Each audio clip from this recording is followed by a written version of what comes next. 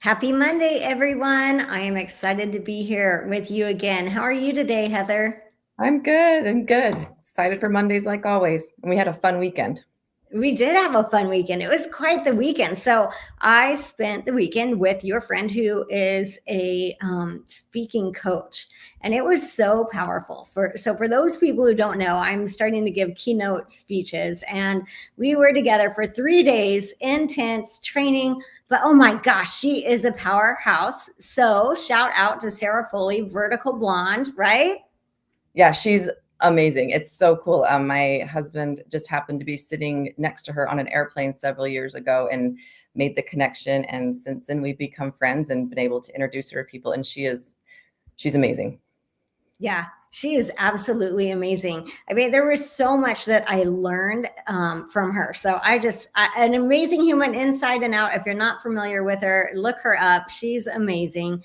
I will say this. This was one of the interesting things that happened. So during this weekend, Sarah and I went to dinner with Heather and her husband, Devin. And we were sitting there, we were talking about world events. We were talking about just life, right? And just kind of how do we hear our intuition, or how do we know? I think wasn't the question actually, how do we know when it's fear or our intuition? Yeah, we were talking about that because we were actually talking about Mondays with Michelle.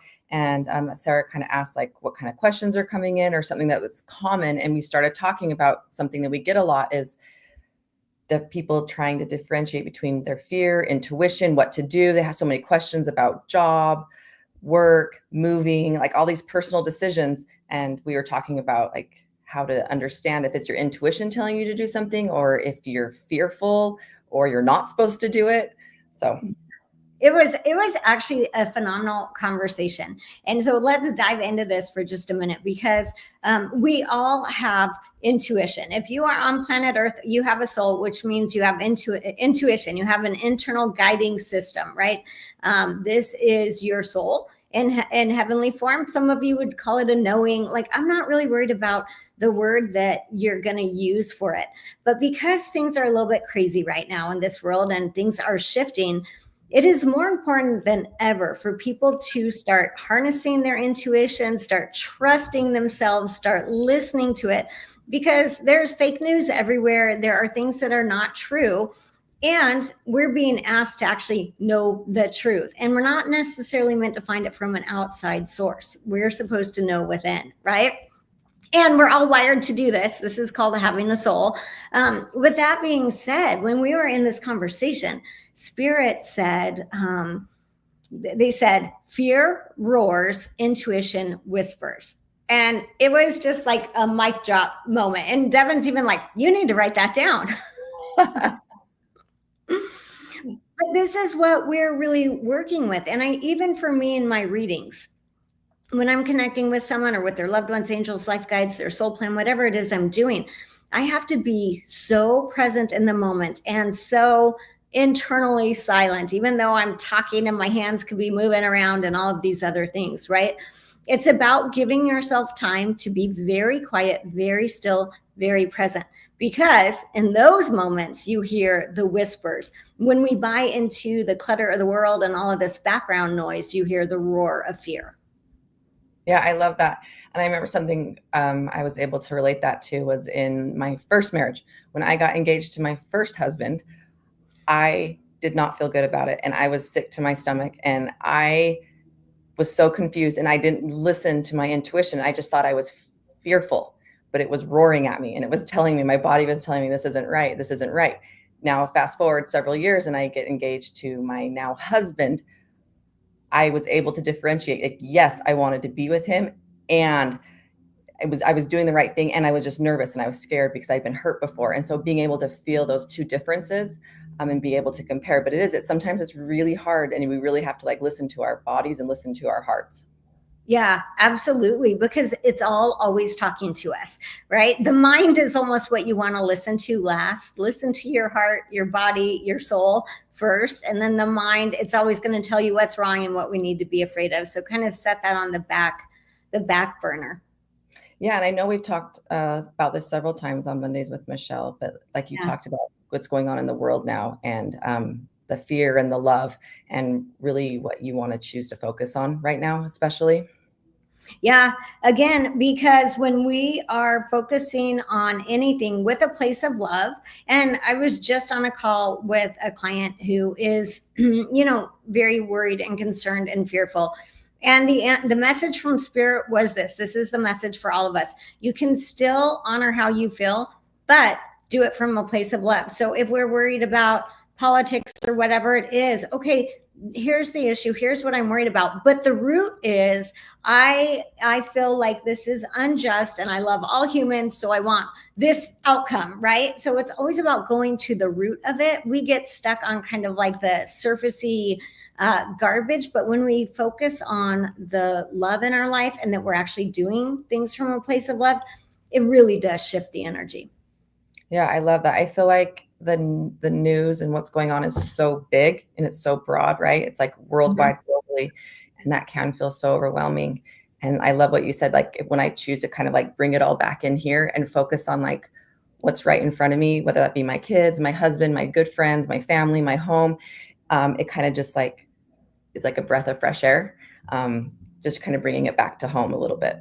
Yeah, absolutely. And we just want to radiate that light and love into the world because there is a collective consciousness that will either feed off our fear or feed off our light and love. So you have a conscious choice in what you want to send into the world. Nobody here is powerless. That's what I want to say. It's really important that everyone realizes we're all here with powerful souls. We are not accidentally here. And yeah, the more you shine the light, the better this world's going to be. Thanks, Michelle. All right, should we get going with our questions? Absolutely. All right, here we go. Our first question, I liked this question that came in. This is from a question that was sent in through the email. Having a new belief in multiple lives. I am working through what I would call a secondary loss of the fact that I may not be my husband's only wife. Do you have any advice on how to work through this or how to turn it into a positive? It is also hitting me that I won't always be my children's mother. This concept is difficult for me. Okay. This is a big question. Thank you so much for asking this. All right. So we're going to start with what is the soul? Okay. This is like, we got to get down to 101. I love this picture behind me. Can you see the rays of light on it? Right. I want you to think of this as the soul. Okay. Our soul, as I know, does reincarnate. We have different experiences, different forms, and all of that. But when I'm reading for someone or I'm connecting with the soul of someone, the ray of light that was my mom in this lifetime is going to be the ray of light that continues throughout eternity. If the soul chooses, because the soul has free will, we are not forced to come back in here. If the soul chooses to come back in, it creates a new ray of light. And so this new arm of light or this new strand would be that next experience. So in that way, when you realize that for this beautiful woman, that your kids are always going to be your kids, and that ray of light will exist throughout eternity as that ray of light, you're not losing anything. You're not gaining, but we're looking at the overall soul growth because you are who you are, and that connection will be eternal. Thanks, Michelle. Let me go back real quick too, because I'm being drawn back to, there was something about being the second wife. Yes. Okay. So here's what I would say about that. We so often like get snagged on the past. So this feels like to me a snag on the past. So I want you to not worry about being the second wife. Okay. Maybe it was something you didn't know. Maybe it was because he was embarrassed or it wasn't what he wanted to share. He wanted you to think you're the only one with him. The energy is that I feel like your husband truly loves you. So I kind of don't care if you're the second, third, fourth, or fifth. What feels right is being right here in the moment. And it's okay to say, like, I feel like that wasn't honest and all of that, but don't give up your present and your future to the past. And that's the big word from Spirit on that. Thanks, Michelle. All right, our next question is from Jan. This is a question from my sister, Anna Lee. How can my asthma get better? We get a lot of health questions. We do. Okay. So when we are talking about the lungs, so here's the thing. I actually feel burning in my lungs when we're focusing on the asthma. And I feel what I would call a thickening or a little bit of a scar tissue there. So our lungs are very symbolic of grief. So a lot of times when we are having lung issues, we want to be aware, what are we grieving? Are we grieving, the loss of a human, a pet, a job, part of ourself that we loved, whatever that is. So number one, focus on the grief. The other thing that I want to remind you is don't own it. So you can say, I have a situation, I have an issue at the moment, but the minute that we own, I am an asthmatic, your body is like cementing that into the energy field. And so with you also, what I'm seeing too is, wow. Okay, here's what your angels just said. Allow yourself room to breathe. So in some way, shape, or form, this is kind of like holding you hostage is the energy that I'm getting for the person with the asthma. And when you allow yourself room and space to breathe, your lungs are going to naturally improve. Okay. Obviously, I'm not a doctor. Do what your doctor says for you to do, because I'm not medically licensed, but I'm telling you the energy around it. So tune into the grief, tune into giving yourself room to breathe. Thanks, Michelle. All right. Our next question is from Tasha. My mom passed in 1 of 2025. She's come twice in a dream with cryptic messages. I don't understand what she's trying to say to me. Mm-hmm. So sometimes we get stuck on a cryptic message that may or may not be pertinent to your life. Here's the energy that I'm getting from your mom. There's a couple of things for you about taking this next step forward. So whatever it is, she's showing me like landscape, roads, options. You have things coming. She's also showing me some bumps like behind you. So I know we've had bumpy past within the last year. With that energy, it's really about trusting yourself to take the next step forward. And she's telling me to say this, she is still with you. So a lot of times we think our loved ones are like way out there in the heavenly realm somewhere. And the truth is they're right here, right now. So bringing her into that, she's also talking about telepathic communication with you and heart shapes. So pay attention to those. Thanks, Michelle. All right. Our next question is from Tracy. I'm curious if people that suffer from chronic pain, is it a manifestation of energy to keep them present and embodied instead of disassociating? Yeah, so that is a phenomenal question. And I'm going to tell you, there's not a blanket answer to that one. So I do have some clients, right? Because we have to think everyone here on planet Earth has a soul plan. We have 8 billion soul plans happening right now. Some people might have chose this. They might have said, in that heavenly realm, I don't know what it's like to feel pain. So I want to have this experience, right? On a soul level, because we all know no human is going to say, hey, this sounds like a great idea. But there's not a blanket answer for that one. It's individual. Yes, what she said is possible depending on the person. Thanks, Michelle. All right, our next question is from Terry about a question from our show last week. Last week, a question about gender delusions caught me off guard. In a seemingly open-minded spiritual community, why are so many still closed-minded? How can we help others see the bigger picture? Yeah, it's a great question. And here's what I'm going to say. Welcome to planet Earth. This is where the contrast happens. Our souls, we're going to go up to a higher level on this, right? Our souls have chosen to be here for the contrast, right? Once again, we all have soul plans. So just think about this. Some souls want to identify male, female, Republican, Democrat, good, bad, tall, short. I don't know, whatever you're identifying as, because I identify as tall in case somebody didn't know that about me. Right, Heather? That's right. Okay, back to the question. So you can identify as what you want. We come to planet Earth to play in the contrast. I had someone tell me at one point in time, let's think about maybe there are 5 million souls here trying to cure cancer, right? Their soul plan was to come in and learn how to cure cancer, and they are working diligently at it. With that being said, it's really important because if cancer ceased to exist, these 5 million souls would not have the opportunity to fulfill their plan. We also don't know what's going on with all the souls who are choosing to get it. So we are not here to live in a perfect world. All we can do is share light, love, compassion, and raise the energy. Remember, when you walk into the room, we want to start seeing this as non-judgment. I'm not judging anyone for their beliefs. I don't have to believe it, but I also don't need to judge them, because the minute I judge them, I'm giving a harsh energy to it. Thanks, Michelle. All right, our next question. I feel like I made a terrible mistake when I was 25. I married the wrong man, but I hung in there all these years because I thought I could fix everything if I was just loving and kind.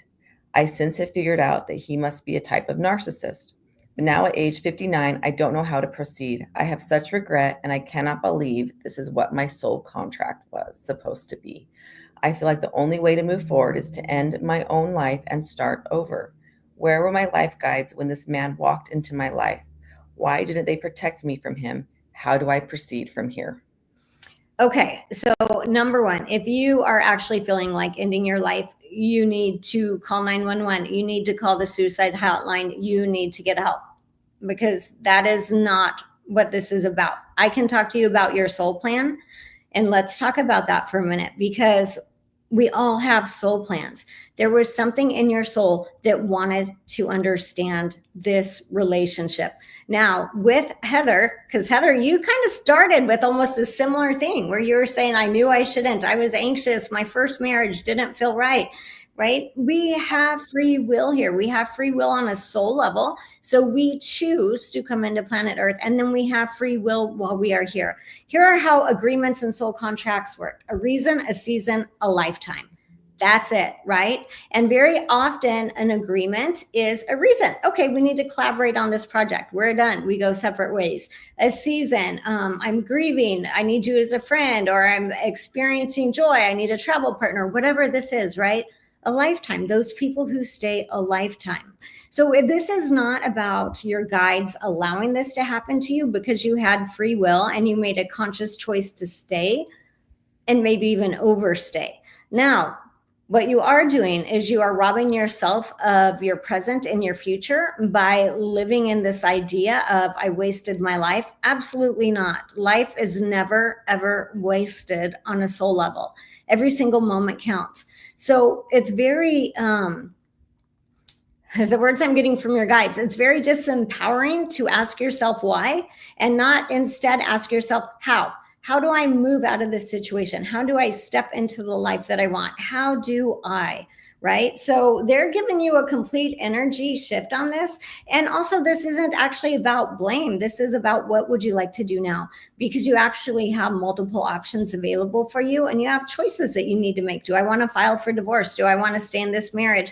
Do I want to stay married but separate and live in different places? There are options available to you. Yeah, I can relate to that a lot. And something that kind of kept coming up when you were talking, Michelle, is like, do you want to waste another day? Like it's like we get so caught up on the past and like, did I waste time? No, you didn't waste time, but how do you want to move forward? And I loved how you said that. Yeah, absolutely. And that's where we've got to put the energy. And on a soul level, no moment is wasted. I do not care if you're sitting on your couch eating Cheetos. It's not wasted on a soul level, right? So really, this is about, how do you want to empower yourself to make choices that bring in the life that you're wanting to live? Spirit is always going to tell us it's not too late. It's not too late. It's not too late. As long as we are on planet Earth having this experience, it's not too late. And I will tell you from my NDEs and from every person that I get to work with, life is precious. It is ugly at times, but it's beautiful. And you have to choose what you want to see. Thanks, Michelle. All right, our next question is from Angela. Hi, Michelle. I've always said I have a yin-yang personality, more shy with outgoing friends, more outgoing with shy ones. Why do I shift like this and not stick to one way of being? Well, here's the short answer. I would be really bored if we all just had one way of being, right? If I showed up in my mom role with every client, every friend, with my dad, with my sister, Heather would be like, Mom, quit momming me, Michelle. I have a mom, right? So we actually, our souls have multiple facets. We have multiple things that we want to express. And it's okay, because when you are with somebody who is more shy, they need you to be more loud, more outgoing, to help move them out of their shell or whatever they're working through. And then when you're with louder people, it's okay for you to be the quiet one. So here's what I would tell you. I love that this is your issue, because it's not an issue. You're perfect just as you are. Thanks, Michelle. All right, our next question. Does astrocartography really work? It maps your birth planets into the world to show where different parts of your life might thrive. But should anyone actually take it seriously? Okay, so that's a great question. I love these questions. Here's what I will tell you that I have learned over all of these years.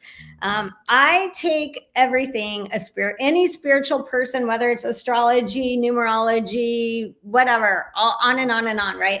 I always take it and I say, does that work for me? Does that feel right? So I'm not going to own anything that doesn't feel right to me. So if they tell you, like, oh my gosh, you need to move to Manhattan, and you're like, wait, I love the mountains in Washington State, that's not a fit. You have to understand it's not resonating. Are there vibrational locations on this planet where our soul will thrive more? Absolutely, right? There are vortexes of energy. We have personality traits and just our vibrational frequency that will do better in certain locations. So I would say this, have it done, but I want you to look at it as a little bit of fun and like, let's see, does this resonate with me? And if they come back with locations where you're like, yeah, I always wanted to go there, there's probably something there. Thanks, Michelle. Okay, our next question is from Sherry. So much in my life right now seems to be upside down since my husband died 2 years ago. When am I going to have peace and calm? Okay. Here's what I'm seeing. So they're showing me, I get it. They're giving me the visual of this snow globe turned over. So I get that idea of everything that's coming up. They're telling me that in this October, there's a little bit here that they're wanting me to say to you. And these are your guides that I'm connecting with. It's about a little bit commanding your energy here, because when we feel like life is happening to us and we have no control, then we tend to be in that chaotic energy and spin. But if you just start saying like, oh, so-and-so is calling and I'm not going to answer it because she's chaotic and I don't want that energy in my field today, I'll call her tomorrow. You start commanding your energy. So start noticing where you can do this on small ways and bigger ways. But October is the big month for you this year, where I feel like you're actually stepping into who you are. Big word right there, who you are, right? Big words, who you are. So we are always evolving. When you've gone through a trauma like you have, there's a bigger step to get to the next level. But honestly, I don't think I know this is not your story. It's just about you learning to command your power a little bit. Thanks, Michelle. Okay, this question's from Maya. Been married 16 years and we have 2 kids. After 19 years sober, he relapsed on pain pills 2 years ago and has struggled. He is sober a week and we are supposed to go on a family trip next week. Help. He's been sober a week and you're supposed to go. Yeah, 1 week, and they're supposed to go on a family trip next week. Okay, here's what I'm going to tell you. Because this is what the guides are saying. That's why I'm going to tell you this. Don't rob yourself of the opportunity to have joy in this life. So right now we're building a structure around it. Like if we go on the trip, he might not stay clean, whatever story it is that you're telling yourself. But the way the guides are showing it to me is it's actually probably the exact opposite. What does he need? He needs time with his family. He needs love. He needs a change of scenery so that he can shift his energy more. So I just want you to open to this perspective, because that's what the guides are saying. They're telling me you should go. All right. Thanks, Michelle. This question's from Natalie. My fiance and I are getting married in September. We want to move out of Phoenix soon. When do you see this happening? I would say I actually feel like you are 9 to 12 months away from that happening. So it does look like it's going to happen, but it's in 2026. Okay. And congratulations on the wedding. Yeah, That's exciting. This question's from Tammy. My son and wife invited me to go to Italy to help babysit. My husband said I can't go without him. My daughter-in-law doesn't want him to go. What do my guides think? Will I be okay mentally if I go?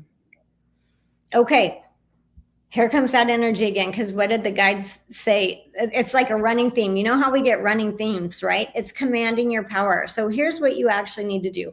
Your guides are saying, notice where your energy and alignment is. If you're going to go there and you're going to worry the whole time about your husband being mad at you and it doesn't feel right and your energy is all like, crisscrossed and frazzled, then going there is not the right answer for you. If you can go there and be like, I am so happy to have this experience, to be with the grandkids and all of that, then it is in alignment with you. Here's the challenge. When we have a lot of decisions like that, right? Do I stay divorced? What do I do? Right? These big questions. The guides are never like, get divorced, stay together. The guides say, where's your energy aligning? And so for you, the right answer literally comes to this. What is in alignment with you? Thanks, Michelle. Mm-hmm. All right, our next question is from Katie. I've been working endlessly on trying to manifest wealth and abundance. My family feels extremely stuck financially. Do my guides show any breaks? Yes, I do see breaks coming for you. The other thing, though, that they're wanting me to say, they're showing me breaks. So I feel like they're telling me around 4 to 5 months away. So I want to validate that for you. But when we talk about working really hard to manifest, I want you guys to think of the energy. It's like, right? It's hard. It's heavy. I'm working. When we want to manifest, we are bringing in a playful, loving energy. So we want to think about, I am planting seeds of financial abundance. Because we're doing an energy vibrational match. So if we're telling ourselves, I'm working so hard, the universe is going to reply with, look, if you work really hard, you might get some. But if instead you're realizing that you are a whole soul, that money is just energy, and that every single person is meant to be a millionaire, billionaire, whatever, then what happens is the flow, there's room to breathe, and it flows in. So I do feel that there is an end to this, but most importantly, what ends sooner is the shift in your energy about not working, but think about it as more playful, magical manifesting. Thanks, Michelle. Mm-hmm. All right, question is from Sarah. I'm separated from my husband. As I've taken more and more space, he has gotten very uncomfortable. Our plan is to do a legal separation before a divorce in order to liquidate. Okay. So I think just looking for some guidance for that. Yeah. Okay. What I'm feeling from the guides is they literally just said things are on track. So yes, it is uncomfortable. Divorces can be extremely challenging. But what I'm feeling is this is still the right direction for both of you. They're just telling me to tell you, don't forget to honor yourself. There's something about him where he has a little bit of a bully energy. So I'm almost wondering, because they just said that you're playing by his rules. So I want you to notice where in this divorce you're letting him still command the energy and make the rules, instead of you saying, hey, I'm just going to go for a divorce and we're going to liquidate everything then, right? There's something, I don't know, he's got this weird little sticky hook energy in you that I don't like. So I would just say you're on track. This is the right direction, but I'm not completely convinced the way the guides are showing that this is the perfect process for you. It might be the process for him. Thanks, Michelle. Next question is from just initial M. Why do I always seem to be surrounded by energetic vampires? Well, because I'm going to tell you why. We bring in things that we are wanting to connect with on a soul level, right? And this is kind of like the whole lessons learned. So if part of your soul lesson is to learn to quit being around energetic vampires, the first thing you're going to do is you're going to bring in a lot of them so you can say, I'm uncomfortable. I don't like this. These people need to go. And I can find people who are more on my vibrational frequency. So just be aware that I feel like this is a soul lesson situation. And really, it's okay to know that someone's an energetic vampire. It just doesn't mean you want to spend your time with them. So be aware of what you're bringing in. Also ask yourself, because I just heard this, they're telling me two things: lessons learned. So what does my soul need to learn here? And two, it is a lifelong pattern for you. So when we have lifelong patterns, sometimes there's something in us that likes being the victim, that likes being, I don't know, whatever the story is, because we're always telling ourselves story, right? Notice what part of you is enjoying this, and maybe enjoying's not the right word, but benefiting from these relationships. And then you really need to make a choice about what vibration you want to be in. Someone can be a vibrational energy sucking vampire type person, but it doesn't mean you have to spend time with them. You can still wish them light and love and a good life and keep going. Yeah, and I can totally relate to that because like I look back on my life, and for me it was like I wanted to be needed. I wanted to like people to come to me, and I needed like to be needed. And I realized where I was just giving, giving, giving, and allowing people to suck the life out of me because I didn't have any boundaries. Yeah, exactly. And that's a very good practical example of what it can look like. Yeah, and it can look like lots of different things. But when you were just talking, I was like, oh, I can totally relate to that in my life. And I still catch myself where I'm like, oh, falling back into some old patterns or different things like that, and having to set those boundaries or not allowing people to suck all the life out of me. Yeah. Do you mind sharing what you think your soul lesson was? Or maybe you haven't thought about this. Oh, well, I think there's been lots of lessons, but one of them that comes to mind is standing up for myself. And it's okay to say no. I always say I'm a recovering people pleaser. And so I always like wanted everyone to like me, and I didn't ever want to hurt anyone. And because of that, I never said no, and I didn't set boundaries. And so that's something that I have learned. And I'm as an adult to set boundaries and to say no and to stand up for myself. And it doesn't mean that I don't care about those people or I'm not willing to help out, but it just might not be the right time, or I might need to put my energy other places. Yeah. I love that. Thanks for sharing. I mean, basically, in a nutshell, what you just told us is that your life changes when you change.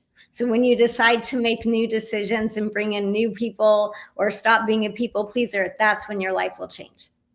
Absolutely. And when you said that, I just got the chills all over because my life has completely changed, and I'm still learning. I'm still growing, all the Yep. things. But I look back and I have completely changed my life. And it's funny because it's like I'm still me, but I'm a completely different version of me. She's like the 15.1 version of her from the one that I met, whatever, 14 years ago. Or I've got to watch Heather upgrade every step of the way. It's been my honor. Yes. Oh, yes. And Michelle's been there through all of it. And she's been a huge part of that process for me to help me like find my own power and stand up for myself. And I think when Michelle first met me, I think she would agree. I was a shell of a person. I was dying on the inside, and I didn't even realize it actually. And it took some big events in my life to realize how unhappy I was and how I wasn't standing up for myself and how I was allowing myself to not be treated well. Yeah. And I love that you're sharing that. We need to go into that. The guides are saying for everyone who's listening right now, whether you're live or going to listen to this later, we've got to tune in with ourselves. This is like earlier, we were talking about intuition, fear roars, intuition whispers. We've got to get really real and really honest about where we are. I am happy in this. I am not happy in this. I am, right? We've got to take inventory of ourselves. There's no one coming to save you, to change your life, to ride in on the white horse. So it's an inside job. And the minute that we actually know where we stand, now we are powerful, because now we can say, I am choosing to no longer have these experiences. I am choosing to shift the course of my life. But this is really important, everyone. You've got to take that deep dive within. There's nothing scary that you're going to find in there. You're a beautiful, brilliant, whole soul, but you've got to know who you are in this world and where you want to go. Absolutely. And when you're talking about that, because I know those questions come up today in different things in marriages and relationships, or did I make the wrong choice? Giving yourself a lot of grace. If I hadn't listened to my intuition early on in my life and didn't know what that felt like and experienced all the things that came with not listening to myself, I wouldn't now know how to do it. And so we have to have that like that opposite, right? That yin yang, the like I didn't listen, and then I learned all these lessons, and now I know what that feels like to not listen, and I know what it feels like to listen to my intuition. And it's something I'm still learning all the time, but it's that muscle that I'm growing. Absolutely. There's one thing I want to share right now.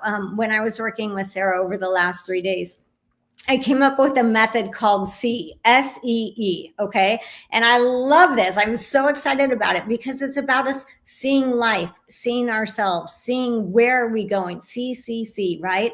Here's the thing. The S stands for soul lesson. Everyone's soul is here having lessons. We need to start looking at people. What is their soul here to learn, right?